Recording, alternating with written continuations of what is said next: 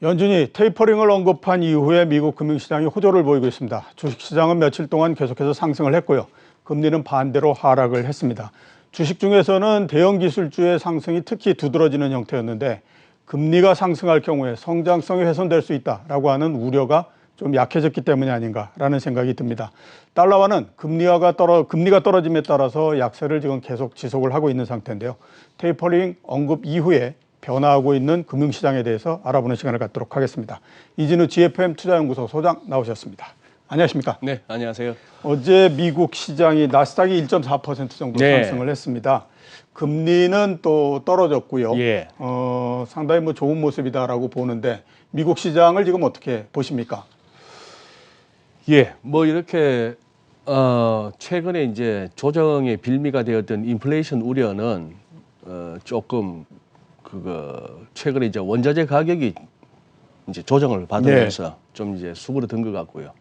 이게 이제 중국 쪽에서 계속해서 두 군데를 다 이렇게 중국 공산당에서는 그걸 하겠다는 거 아닙니까? 원자재 투기도 단속하고 또 비트코인은 아예 채굴도 사용도 금하겠다 해서 양쪽 시장 다 이렇게 남다른 그 존재감을 보입니다. 비트코인 관련해서는 인도 정부 같은 데서도 법을 만드네 어쩌네 해도 그때는 전혀 개의치 않았거든요, 시장이. 네, 그런 상황인데 글쎄요, 지금 이제 과연 테이퍼링 부분은 모르겠습니다. 그거는 조금 테이퍼링 관련해서 오늘 재밌는 기사가 하나 있어서 먼저 보고 갈까요? 예, 이건데 이런 관련한 기사는 우리 국내에서는 글로벌 모니터를 따라갈 수가 없습니다. 이제 블룸버그 이제 기사를 정리하면서 했는데 이게 소마라고 해서 시스템 오픈 마켓 어카운트라 해서 이제 뉴욕 연방은행이 갖고 있는 공개 시장 조작을 통해서 채권도 사고 모기 채권도 사고 등등 하는데 이 규모가 지금 7조 3천억 달러라는 얘기입니다. 근데 이게 사실 뉴욕 연방은행이 갖고 있는 이 소마 계정이 어떻게 보면 연준 전체의 대차 대조표를 보셔도 별 차이가 없을 정도의 이런 상황인데 이렇게 급격하게 늘어났는데 테이퍼링 그다음 그림이 재밌습니다. 이것도 이제 블룸버그 기사 내의 내용인데 이른바 프라이머리 딜러들 뉴욕 월가에 다들 쟁쟁한 애들이죠. JP 모건부터 해서 이제 대형 아이비들에다가 블랙락 같은 대형 자산 운용사 이 친구들이 너희들 보기에 어떠냐 하는 어떤 설문조사를 했는데 지금 이렇다는 거예요. 이 숫자가 이게 쭉 그래프가 이렇게 가서 지금 2020, 18, 19, 이쯤 왔을 때 지금 여기서부터 계속 늘어나는데 안 줄어들 것 같단 말입니다. 안 줄어들 건데 어느 정도에서 9조 달러까지 계속 늘다가 계속해서 안 줄어들 것 같고 혹시라도 테이퍼링을 하게 된다면은 이렇게 줄어들어서 좀 세월이 갔을 때 한 35년쯤 갔을 때 6조 6천억 달러 이런 식의 전망입니다. 자, 이 그래프에서 그러면 걔들이 월가의 그 큰 손들이라는 그 친구들의 전망하는 게 다 맞느냐라는 얘기가 나오겠는데 제가 보기에는 그렇습니다.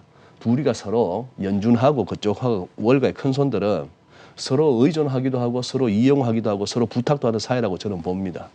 그런 상황인데 어쨌거나 문제는 월가에서 월가의 그 프라이머리 딜러를 비롯한 큰 손들이 저렇게 본다는 얘기는 테이퍼 말은 나왔지만 그렇게 당장 현실화될 문제는 아니다는 것이죠.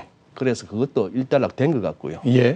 그리고 연준 최근에는 저는 조금 과잉 해석을 해서 로버트 카플란 달라스 연방은행 총재가 말했던 우리 이제 테이퍼링을 얘기할 때가 된 거 아니냐 했던 그걸 하나의 시그널로 볼까 싶었는데 금년에 투표권도 없는 위원일 뿐만 아니라 조금 과잉인 것 같고요. 지금 아직까지는 연준에서 그렇게 할 생각은 없는 것 같고 우선 이렇게 보입니다. 지금 이 지표도 한번 보시죠. 이 지표만 보면 진짜 천국입니다. 지금 미국 서비스 PMI 지난 주말에 나왔던 그 마켓 PMI입니다. 서비스비나 제조 굉장히 높아졌네. 팬데믹 이전 수준인데 더 한번 세부적으로 보실까요? 이거 전부 이거 집계한 일의 최고치랍니다. 제조업도 그렇고 서비스업은 이래요. 근데 참 놀라운 거는 저게 이제 일종의 설문지표이기도 하고 다소 정성적인 지표잖아요. 예, 그렇죠. 구매 관리자들, 음. 그 기업에서 가장 이제 뭐 자기네 회사 사정을 제일 잘하는 사람들한테 물어서 저 정도인데 정말 미국의 서비스업이 저 정도일까요? 일단 저거는 그 심리적인 영향을 굉장히 많이 심리적인 받기 영향을 많이 때문에 받는다. 예, 예. 그래서 그 영향이 굉장히 크게 지금 나타나고 크게 있다고 봐야 나타나고 되겠죠. 있는 거죠. 예.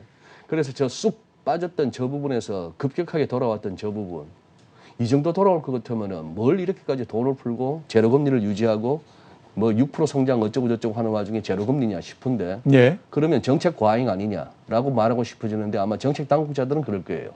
너희들이 과잉으로 여길 정도로 우리가 그렇게 애썼기 때문에 이 정도 회복했다라고 예. 할 수는 있는지는 모르겠습니다만 쉽게 말해서 어쨌거나 시장 요런 정도입니다. 예. 그래서 지금 지난 10월 말 11월 초 고무렵부터 시작하는 이선, 이번에 저점까지 연결했던 이선이 깨지지 않는다면은 미국 증시 여전히 그냥 뭐랄까요? 상승 트렌드를 계속 타고. 상승 트렌드라기보담도 어떤 급락에 대한 걱정은 별로 없는 그런 예. 국면이고 기술주 한눈에 이렇게 보시더라도 이게 무슨 뭐 바닥 확인했다기보다는 그냥 애플이나 뭐 아마존닷컴 할 것 없이 그냥 이번 하락에 대해서 일단 하락 멈춤 그냥 기술적 반등 정도 너무 그렇게 크게 바닥 쳤어요라고 또 흥분하고 싶지도 않습니다. 예. 다만 이제 아직까지 급락으로 치달을 정도의 국내외 증시는 아니다. 이렇게 저는 결론 내리고 싶습니다. 기술주도 그렇고 앞에서 우리가 봤던 나스닥도 그렇고 전체적으로 봤을 때는 그냥 옆으로 일단 이렇게 가고 고만고만한 있는 거죠. 예. 예. 그런 상태 아닌가라는 생각이 좀 드네요. 예. 자, 그래서 한번 좀 여쭤보도록 하겠습니다. 주가 올라가고 금리 떨어지고 네. 이런 상태이거든요. 이런 형태, 이런 추세가 앞으로 계속해서 지속이 될 거라고 보십니까? 어떻게 지금 판단하십니까? 예, 지금 여기서 이제 뭐 이번 주에 연준 관계자들의 이런저런 뭐 계속되는 어떤 발언이 있습니다만 예. 크게 영향을 미칠 수 있을까 싶고 여전히 어떤 그 시장은 펜딩되어 있는 이 말은 다 나와 있고 시장은 다 알고 있지만 이제 진짜 하나하나 가야 되는 예. 예를 들면 뭐 2조 2,500억 달러가 되건 추가 1조 몇 천이 되는 한 러플리 4조 달러가 지금 대기하고 있는데 예. 이게 실제 의회에서 통과되느냐. 현실화되느냐 예, 예. 규모가 줄지 않고 그냥 가느냐 음. 뭐 이런 부분 들어갔다가 하나하나 해결하기 전까지는 뭐 악재라 할 만한 것도 없고 아직도 그 정도의 돈은 더 빠. 그런데 이미 그걸 갖다가 충분히 반영한 정도의 주가라고 한다면은 이 문제 갖고 더 탕탕 튀어가기도 힘들고. 그렇죠. 예, 이제 예. 그러니 뭐 여기서 이제 전반적인 좀 오르다 내리다 하는 거는 뭐 할 수 없는 그런 상황인 것 같습니다. 그러니까 특별하게 우리나라 시장도 그렇지만 미국 시장도 예. 방향이 정해지지 않은 상태에서 예. 그냥 일정한 폭 내에서 그냥 머무는 이런 형태. 요거를 지금 가정을 하고 계시는 모양이죠. 그렇습니다. 예. 지금 뭐 테슬라만 보시더라도 여기서 어떻게 하겠습니까? 사고 싶습니까? 팔고 싶습니까? 딱 그 월가 친구들이 좋아하는 200일선에 와가지고 지금 한 2주째 저렇게 공방을 펼치고 있는데 어떠십니까? 사고 싶으십니까? 아니면 어떠십니까? 그러세요. 제 개인적으로는 저는 사고 싶지 않습니다. 그 지금의 그 주가 움직임, 그러니까 네. 그래프만 보면 네. 상승하는 데까지 상당히 좀 시간이 걸리겠다라는 생각이 들어요. 물론 이제 그 바닥에 여기에서 크게 더 떨어지거나 그러지는 않을 것 같다라는 생각이 드는데 그렇다고 해서 굉장히 많이 오를 거냐 그렇지는 않을 것 같다라는 생각이 좀 들거든요. 네. 그래서 그다지 끌리지는 않는다라는 생각이 드는데 소장님은 어떻게 보십니까? 저 회사의 지금 주가가 이렇게 눌리는 이유는 나오는 뉴스들은 전부 다 좀 부정적인 거죠. 일단 뭐 바이든 대통령까지 시승하면서 기자들 앞에서 시승하면서 막 이렇게 했던 거 포드 트럭인가 픽업인가 네. 쌩쌩 잘 나가죠. 이제 점점 이렇게 인식하기를 저것이 테슬라만의 전유물이 아니구나. 예. 저것이 무슨 그렇게 대단히 혁신적인 그 분야가 아니구나. 그렇죠. 예, 예. 사실은 테슬라, 니콜라 테슬라 그 에디슨과 그 했던 그 당시에 이미 전기차도 만들려면 가능했습니다. 예. 그랬던 그거 아이디어 이제 거기다가 또 지금은 뭐죠? 중국에서 뭔가 조금 매출 둔화 조짐이 보이죠. 중국의 숱한 그 전기차 업체들도 따라 붙죠. 예. 뭐 독일에 공장 생산한다는 거 그거 했죠. 거기다가 CEO 리스크가 너무 크지 않습니까? 그렇죠. 그러다고 저런 종목이 어떻게 코인하고 등락을 갖다가 운명 공동체가 되는 그런 상황이 됐다는 것이.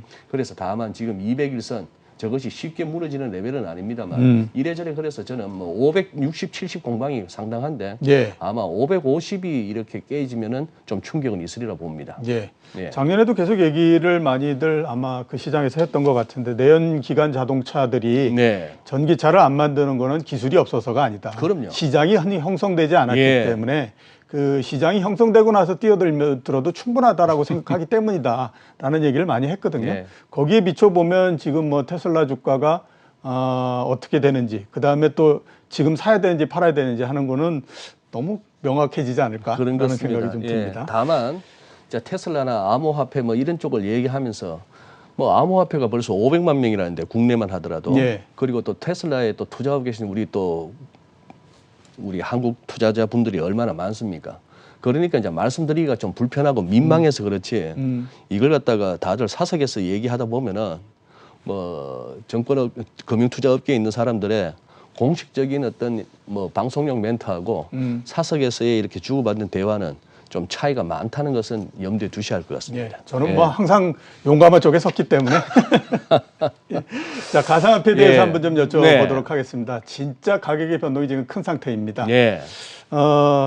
어떻게 생각하십니까? 지금 향후의 가상화폐 움직임, 비트코인 어떻게 보십니까? 어제 또 이제 일론 머스크가 또 일을 냈죠. 예. 뭐 이게 무슨 뭐 환경 친화적이지 않다고 해서 비트코인 한번 뒤통수랑 치더니 어제는 또 북미 비트코인 채굴 협회 사람들하고 얘기했다.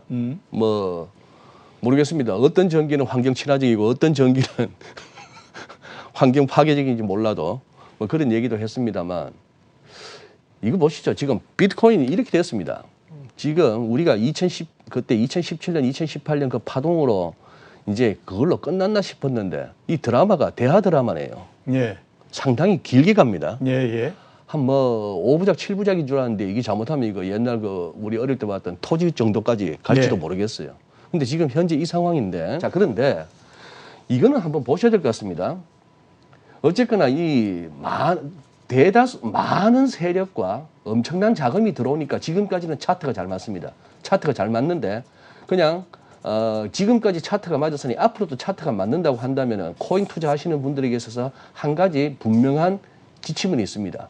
소위 말하는 이게 하락 A파, B파, C파에서 조정 끝났다라고 본다면 지금부터는 사는 게 맞습니다만 예. 이게 48,000불 지난번 이 A파의 저점인 48,000불을 갖다가 못 넘어서고 또 밀리고 이번에 봤던 32,000불 근방에 저점을 한 번 더 깬다면은 이거는 간밤에 짐 크레이머가 얘기했던 CNBC의 그 짐 크레이머가 얘기했던 아주 재미난 표현을 쓰더라고요. 무슨 뭐 설사하듯이 흘러내리는 그런 어떤 그게 더 나온답니다. 짐 크레이머는 지도 코인을 들고 있지만 결국 그렇게 해서 한 15,000, 12,000 가면은 또 한 번 들어올 거야 해서 그것이 매수 포인트라고 그쪽에다 방점을 찍긴 했습니다만 그런 식으로 한번 봐주시는 게 맞을 것 같네요. 지금 뭐 한두 시간 전에 차트이긴 합니다만 최근에 밀렸다가 옆으로 오는 것이 V자 반등이 아닙니다. V자 반등이 아니라 하는 부분은 지금 A, B, C로 끝나기보다는 차라리 1파, 2파, 3파, 4파 반등을 앞두고 있는 정도의 가능성도 크다는 것을 좀 이렇게 생각하셔야 될 것 같습니다. 예. 비트코인 기준으로 47,000불 정도까지 반등이 이루어질 수 있는지를 한번 좀 보셨으면 하는 말씀을 하셨고 일론 머스크에 대해서는 저는 이렇게 정의를 하고 싶습니다. 천재성을 가지고 있는 괴짜다. 이렇게. 괴짜 정도로 뭐 표현해 주신다면 상당히 후하게 평가해 예, 주셨네요. 저는 좀 이 순화를 시켜야 되는 그런 부분이 있으니까. 네. 자, 출연해 주셔서 감사합니다. 고맙습니다. 예. 지금까지 이진우 GFM 투자연구소 소장이었습니다.